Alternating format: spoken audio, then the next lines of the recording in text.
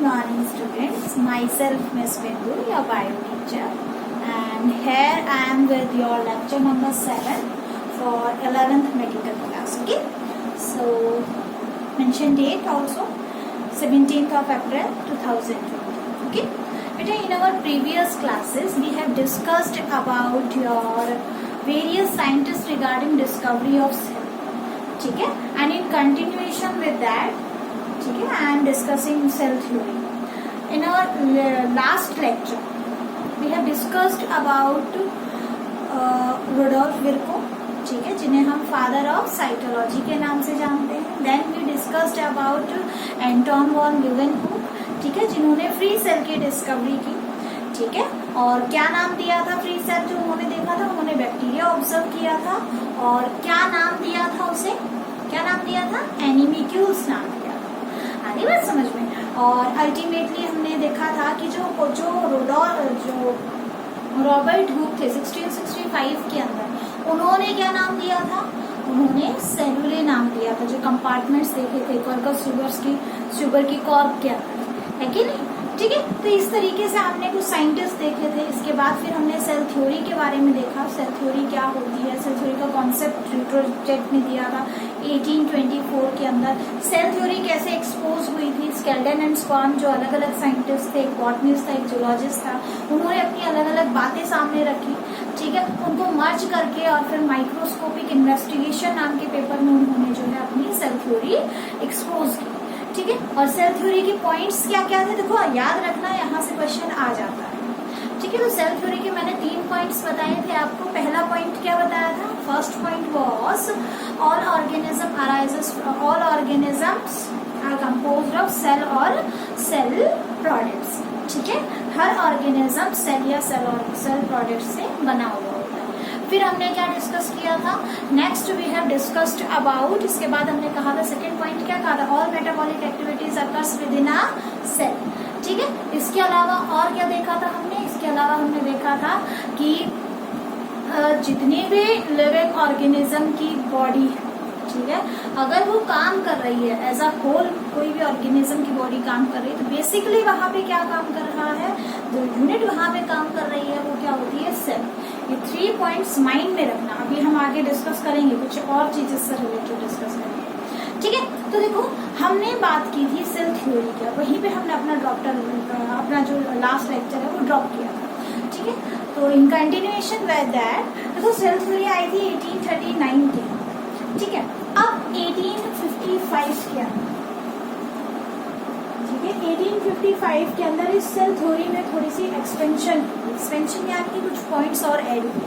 ठीक है, देखो, सेल थ्योरी ने हमें नो डाउट बहुत चीजें बताई, बहुत सारी चीजें बताई, बहुत चीजों का एक्सप्लेन किया, बट सेल थ्योरी ने ये नहीं बताया कि लाइफ कैसे ओरिजिनेट होती है. आगे बात समझ में. ठीक है, तो लाइफ कैसे ओरिजिनेट होती है, इस चीज को देखने के लिए, ठीक है, इस चीज को बताने के लिए एक साइंटिस्ट आए, दैट इज रुडोल्फ विर्को.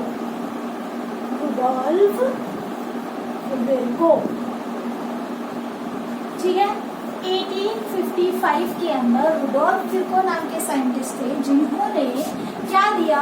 एक नया पॉइंट सेल थ्योरी के अंदर ऐड कर दिया. And that new point was omnis cellula cellula. क्या मतलब है इसका?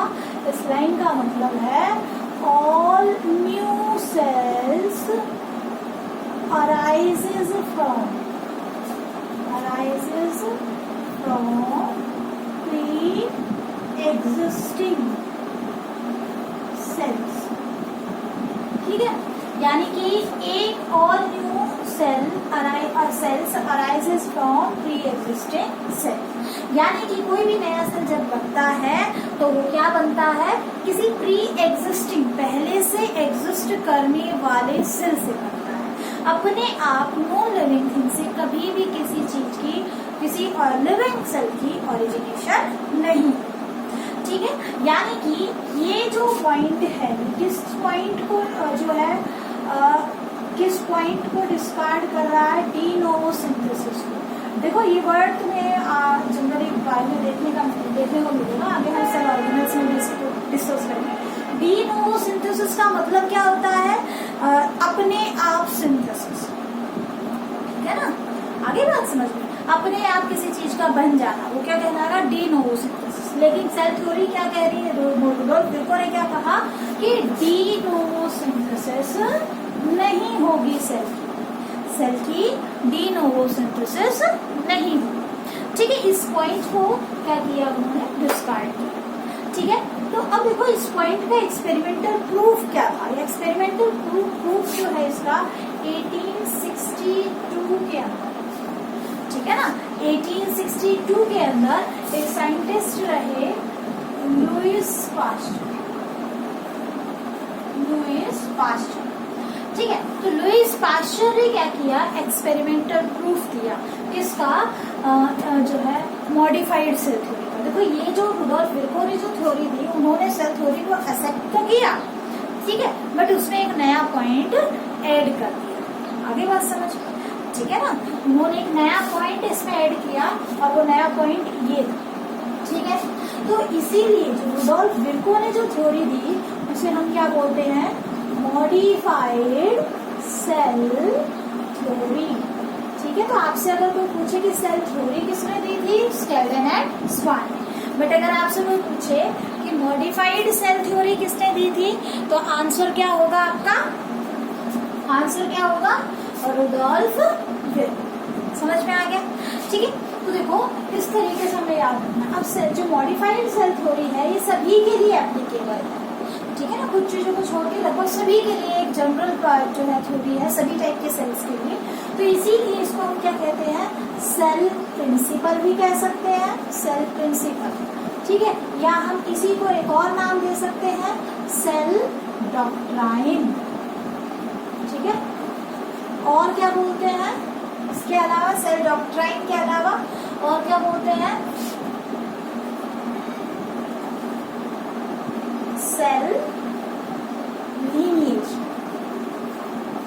ठीक है ना? Law of cell lineage, law of cell lineage कहा जाता है। आगे बात समझ में, ठीक है ना? तो इन्होंने क्या कहा? इन्होंने अगर आपसे कोई पूछे कि सेल प्रिंसिपल किसने दिया? रुडोल्फ विर्को ने। सेल डॉक्ट्राइन किसने दिया? रुडोल्फ विर्को ने। Cell lineage, law of cell lineage किसने दिया?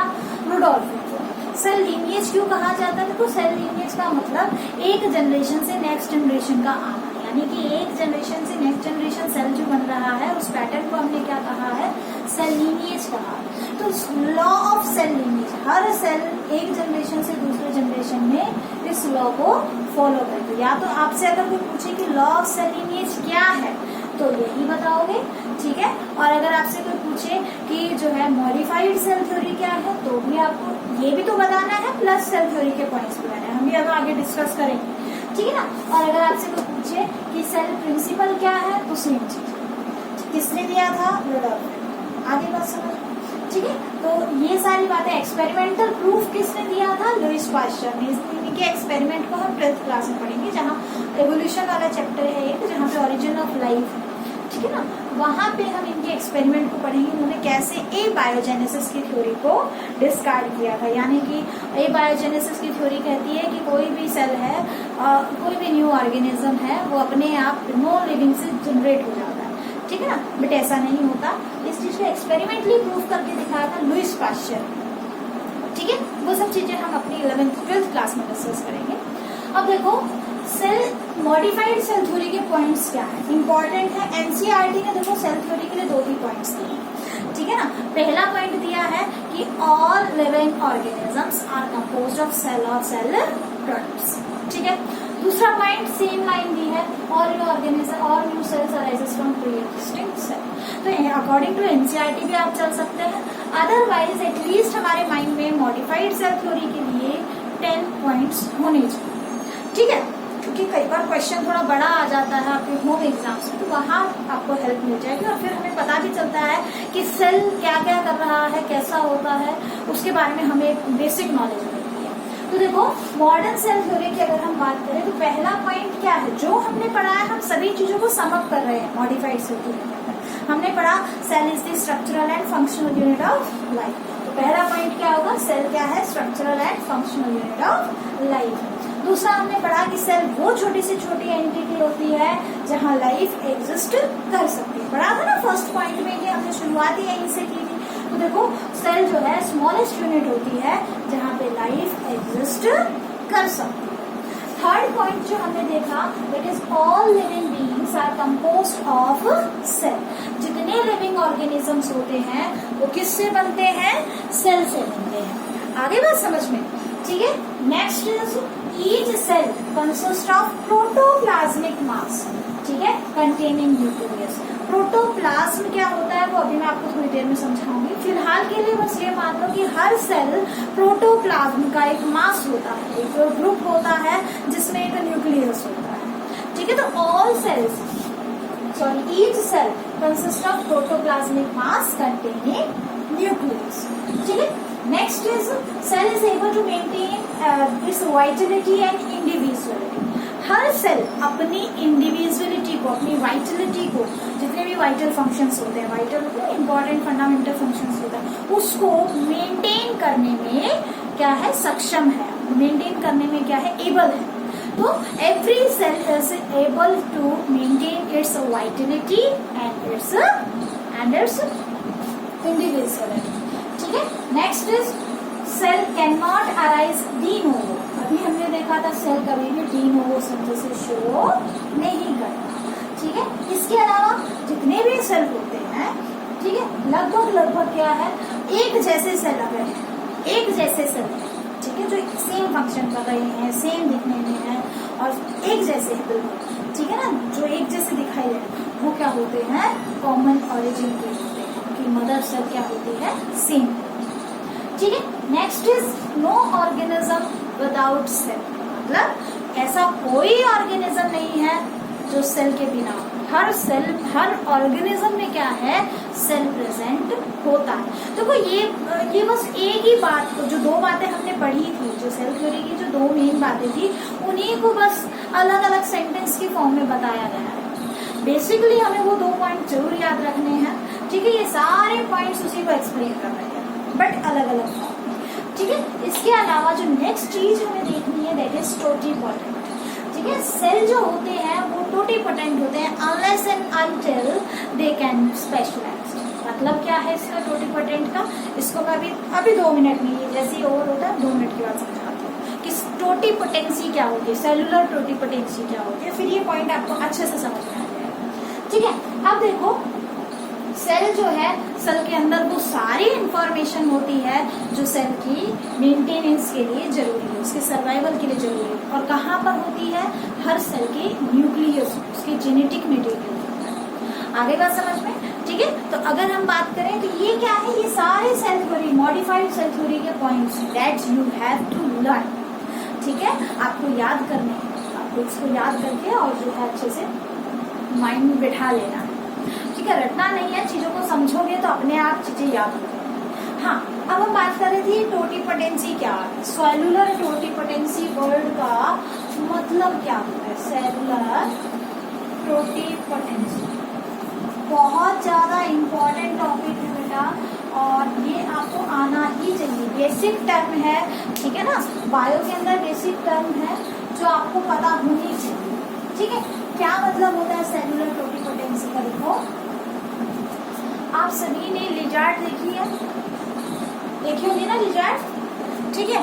और लिजार्ड की एक स्पेशल प्रॉपर्टी आप सभी ने देखी होगी कि लिजार्ड क्या है, उसकी अगर टेल कट जाए, कटती नहीं है, मतलब टेल जो है, जैसे ही उसको जो है कोई फियर रहता है किसी भी ऑर्गेनिज्म का, तो वो आज फटाफट से क्या करती है? अपनी जो टेल है उसको रिलीज करती है कि नहीं, ठीक है। क्यों करती है? As a method of defence, ताकि उस ऑर्गेनिज्म का ध्यान उसकी कहाँ चला जाए? उसकी टेल पर, इतने में वो भाग जाए, ठीक है ना। तो इस तरीके से, लेकिन कुछ दिन बाद जब हम देखते हैं वही सेम लिजार्ड को, तो उसकी क्या आ जाती है? नई टेल आ जाती है, होता है। प्लांट के अंदर क्या है? जैसे ये तो एनिमल है, लेकिन अगर मैं तुम्हारी बॉडी के किसी पार्ट को सेपरेट कर दूं, ठीक है, करना नहीं है ऐसा किसी को भी, ठीक है, जस्ट कह रही है। मान लो सपोज करो किसी पर्सन का कोई बॉडी पार्ट एनिमल्स में स्पेसिफिकली अगर हट जाए, ठीक है ना, तो क्या वो रीग्रो हो सकता है? नहीं हो सकता, बिल्कुल ग्रो नहीं हो सकता, ठीक है ना। तो देखो सेलुलर टोटिपोटेंसी क्या है? सेल का वापस से रीजनरेट कर जाना, क्या कहलाएगा? सेलुलर टोटिपोटेंसी कहलाएगा। आगे बात समझ में, जब कोई सेल दोबारा से क्या कर रहा है? रीजनरेट कर रहा है, ठीक है ना, उसको क्या बोलते हैं हम? Cellular totipotency. अब देखो सेलुलर टोटिपोटेंसी क्या होता है? कोई भी, जब भी कोई नया सोमेटिक सेल बनता है, सोमेटिक सेल क्या होता है? देखो हमारी बॉडी फॉर्मिंग जो सेल्स होते हैं सोमेटिक सेल्स, ठीक है, एक तो हमारे जो है जर्म सेल होते हैं जो रिप्रोडक्शन में हेल्प पार्ट करते हैं, ठीक है ना, they take part in reproduction. और उसके अलावा बॉडी के जितने भी सेल हैं सब किस में आते हैं?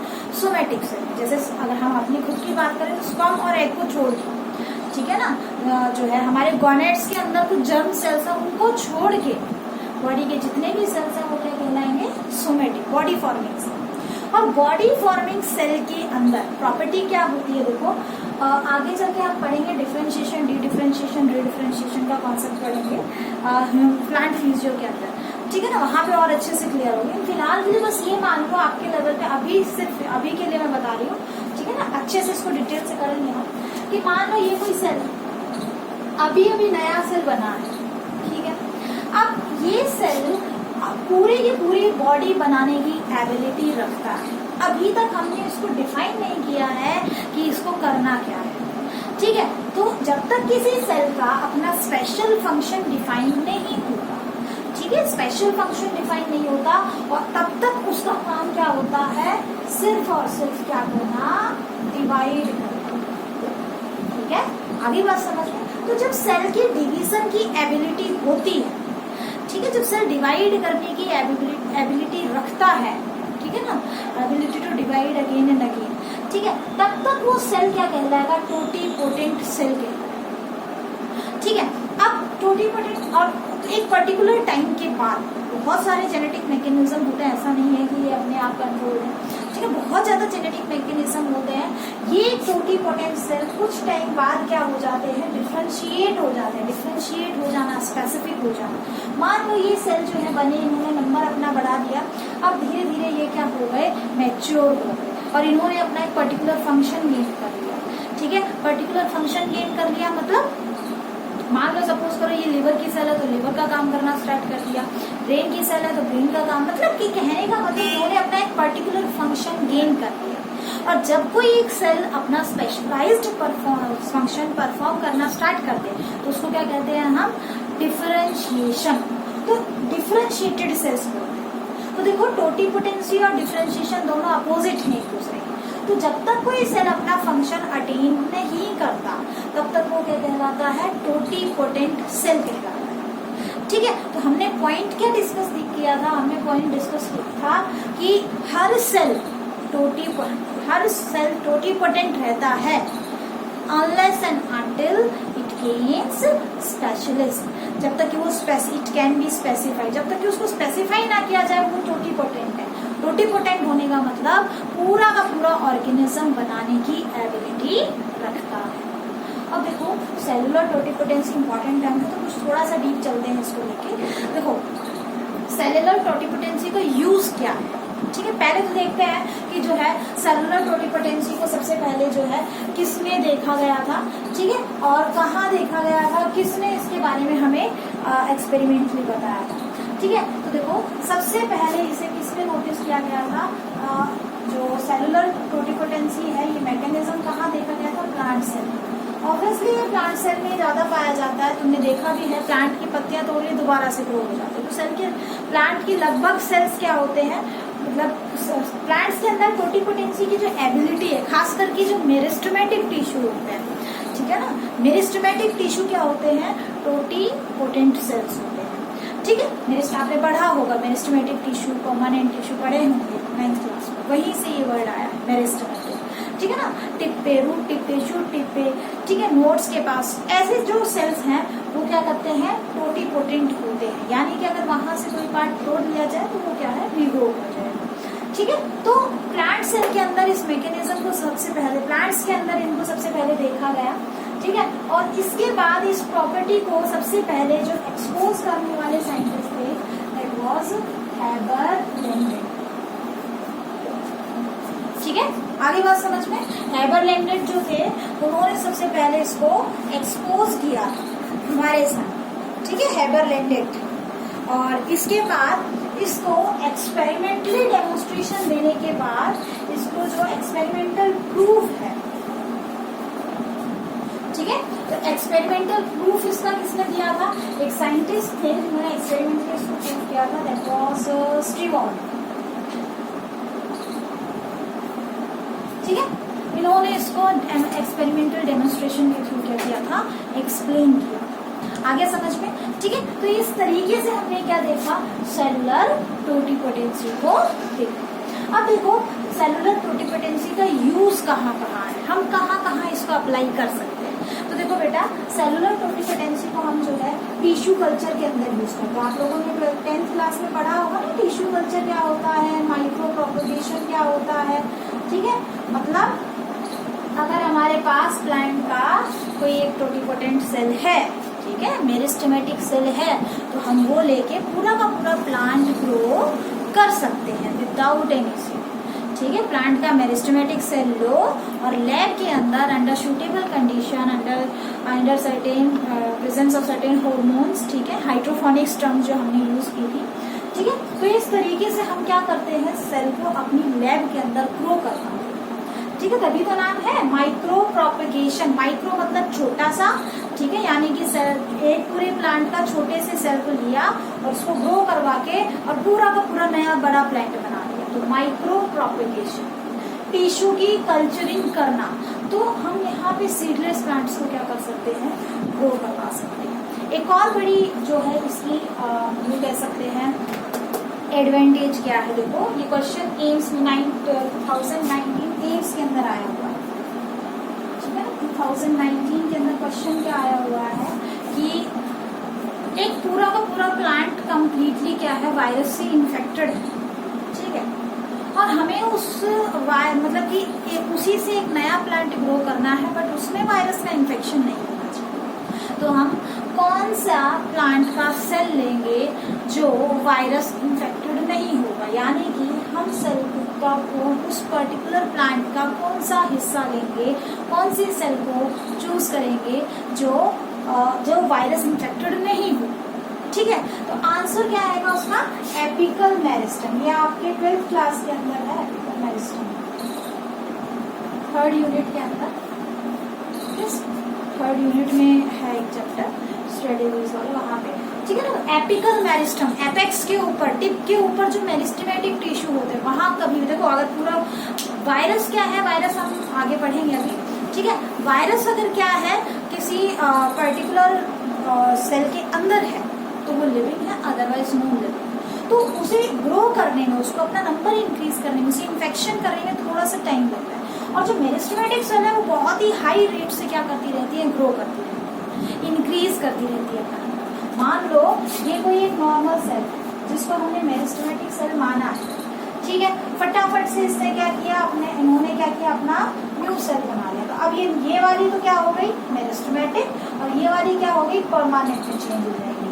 फिर इन्होंने क्या किया, अपना क्या किया, ग्रो किए, वेसल डिवीजन किया, और अब ऊपर वाली क्या हो गई, मेरिस्टेमेटिक, नीचे वाली परमानेंट, यानी कि ग्रो करते ही नई तो मेरिस्टेमेटिक हो जाएंगी और पीछे वाली पूरा परमानेंट हो जाती है। तो इसका मतलब अगर सेल ने, मान लो वायरस ने यहाँ इन्फेक्शन किया, जैसे इन्फेक्शन जब तक फैलेगा उससे पहले तो ये अपनी नई सेल बना चुकी होंगी। अब तो ये तो एपिकल मेरिस्टम तो रहा ही नहीं, ठीक है। तो यानी कि मेरिस्टम बनने की जो एबिलिटी है बहुत फास्ट होती है, इसीलिए जो एपिकल मेरिस्टम है उसमें कभी भी वायरस का इन्फेक्शन नहीं मिलेगा। although the whole plant is infected, no doubt पूरा का पूरा प्लांट आपका अगर वायरस से इन्फेक्टेड है, उसके बावजूद भी आप टिश्यू कल्चर का मैकेनिज्म यूज करके, फिनोमिनन यूज करके हम उसका क्या कर सकते हैं, वायरस फ्री प्लांट ग्रो करवा सकते हैं। तो generally disease free plants grow करवाने के लिए हम माइक्रो प्रोपगेशन यूज करते हैं, और वहां पे जो प्रॉपर्टी यूज होती है दैट इज सेलुलर टोटिपोटेंसी, ठीक है। इसके अलावा देखो, माइक्रो प्रोपगेशन के अलावा हम आर्टिफिशियल सीड बनाने में भी इसका यूज करते हैं। आर्टिफिशियल सीड, देखो कुछ प्लांट ऐसे होते हैं जिनके अंदर क्या नहीं होता, जिनके अंदर सीड फॉर्मेशन नहीं होती। ठीक है, तो ऐसे प्लांट्स के अंदर हम क्या कहते हैं, ऐसे प्लांट्स के अंदर हमें अगर सीड की प्रोडक्शन करनी है तो हम उसके सोमेटिक सेल्स लेते हैं। ठीक है, और सोमेटिक सेल्स लेने के बाद ठीक है उसके ऊपर एक कवरिंग करते हैं पर्टिकुलर केमिकल के, and that chemical is calcium alginate. ठीक है, उसको क्या कहेंगे हम, कैल्शियम एल्जीनेट नाम का एक केमिकल होता है। मान लो ये सोमेटिक सेल है और सोमेटिक सेल के चारों तरफ हमने कैल्शियम एल्जीनेट की कवरिंग लगा दी और ये इसको किस में कन्वर्ट कर दिया, सीड में कन्वर्ट कर दिया। ठीक है, और ये क्या है, ये सोमेटिक सेल्स है। तो अब हम इसको जो है कमर्शियल लेवल पे सीड की फॉर्म में यूज कर सकते हैं।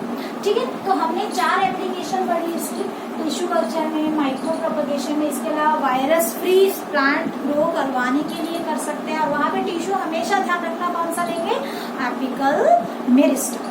ठीक है, और फिर एक आर्टिफिशियल सीड हम जो है इससे बना सकते हैं। Now the important thing is कि क्या सभी सेल सेलुलर टोटिपोटेंसी शो करते हैं।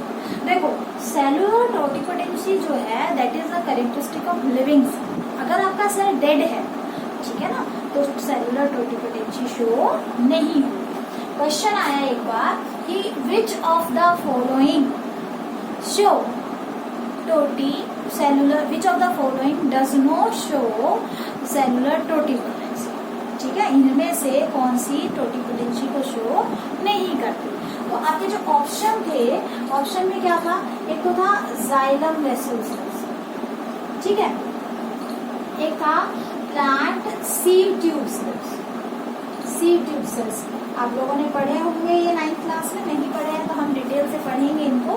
ठीक है ना, प्लांट के अंदर जो वेस्कुलर टिश्यू होते हैं उसके अंदर जाइलम के अंदर जाइलम वेसल्स होते हैं। ठीक है ना, और प्लांट सीड ट्यूब सेल्स हो गए। ठीक है, इसके अलावा जो है एक और आप ले सकते हैं यहाँ पे स्क्लेरेन्काइमा फाइबर्स। स्क्लेरेन्काइमा फाइबर्स, ठीक है, और लास्ट में था ऑल ऑफ दिस। देखो क्वेश्चन में जनरली क्या है, ये जरूर ध्यान रखा करो क्या पूछा गया है, अंडरलाइन कर दिया। ठीक है, यहाँ पूछा गया था इनमें से कौन सा सेलुलर टोटिपोटेंसी शो नहीं करता। तो देखो सभी को देखते हैं, ये भी डेड सेल है, ये भी डेड है, ये भी डेड है, और ये जो है 0 सेल आई गया। तो आंसर क्या आएगा, आगे बात समझ में। तो देखो क्वेश्चन किसी भी तरीके से आ सकता है। अब यहाँ सेलुलर टोटिपोटेंसी वर्ड यूज किया था, तो ये मान के चलिए एक एक्स्ट्रा डोज है तुम्हारे लिए।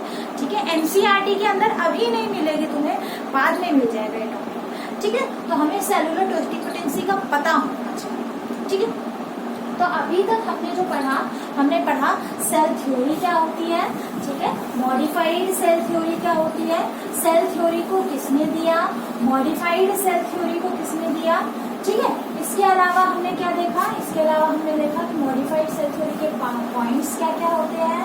ठीक है, फिर हमने देखा कि सेलुलर टोटिपोटेंसी क्या होती है, उसका यूज क्या होता है। और अभी अगर आपको नहीं समझ में आया तो आप मुझसे दोबारा से पूछ सकते हैं, चाहे कॉल करके पूछ लीजिएगा या व्हाट्सएप करके पूछ लीजिएगा। ठीक है ना, आप कभी भी मुझसे पूछ सकते हैं, कोई भी टॉपिक जो मैंने आज आपको समझाया है उसमें कोई भी टॉपिक आप पूछ सकते हैं। ठीक है, तो देखो अब जो है हमारा नेक्स्ट टॉपिक क्या है, exceptions of cell theory. Exceptions of cell theory, exceptions of cell theory. देखो सेल थ्योरी के जो पॉइंट्स हैं वो हमारे माइंड में होने चाहिए।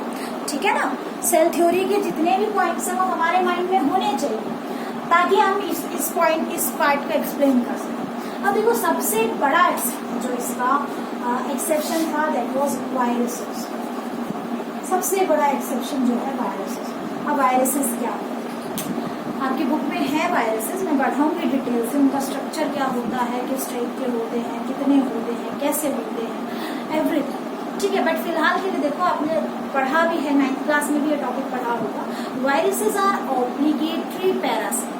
ठीक है, ऑब्लिगेटरी पैरासाइट का मतलब वो बिना होस्ट के सरवाइव नहीं कर सकते। ठीक है, उन्हें सरवाइव करने के लिए एक होस्ट की जरूरत होगी, एक ऑर्गेनिज्म के सेल की जरूरत होगी।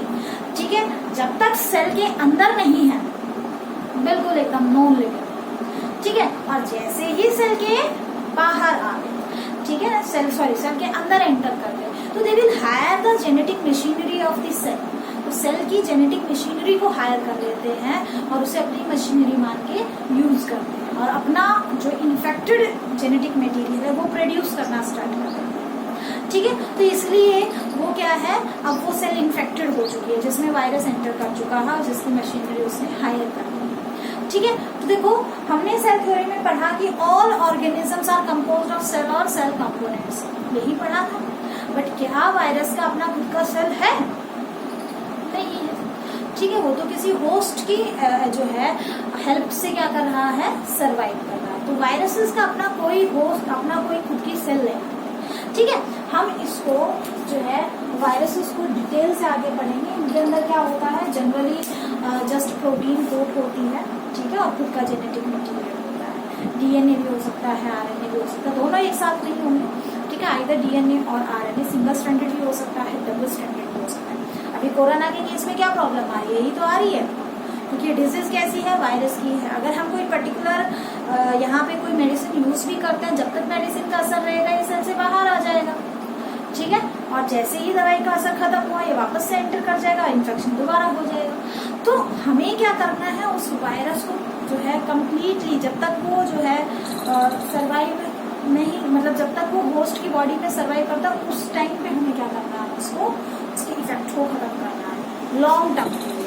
ठीक है ना, तो इसीलिए जनरली वायरसेस पे कोई मेडिसिन काम नहीं करती। अगर इसके अलावा कोई बैक्टीरिया होता या फिर कोई और प्रोटोजोन होता या कोई और एजेंट होता तो हम आसानी से उसे किल कर सकते थे, बट वायरस है इसलिए थोड़ी डिफिकल्टी होती है। ठीक है, but still work is going on और डेफिनेटली हमारे साइंटिस्ट जो है कोई ना कोई वैक्सीन या कुछ ना कुछ इसके लिए जरूर निकालेंगे, जिससे हम जरूर जल्दी से जो है फाइट कर पाएंगे इससे। ठीक है ना, तो अब देखो viruses are the exceptions of cell theory. ठीक है, और वैसे ही इनको क्या डिफाइन करेंगे, they are obligatory parasite and they are infectious agent. ठीक है, इन्फेक्शियस एजेंट होते हैं, without cell they are non living and inside the body of a cell, body of a living organism या in the cell of the organism they act as a living organism. ठीक है, आगे समझ में। तो ये सारी चीजें क्या थी, हमारी एक्सेप्शन की बात करते हैं। अब देखो नेक्स्ट क्या है, ये तो याद करना ही करना। मान लो आपके पास क्वेश्चन आया और उसमें वायरस नहीं, अब हमें नेक्स्ट पॉइंट, सबसे पहले प्रियोरिटी वायरस को ही दें, उसके बाद अगर वायरस नहीं है तो और क्या क्या एक्सेप्शंस हैं। देखो म्यूकर,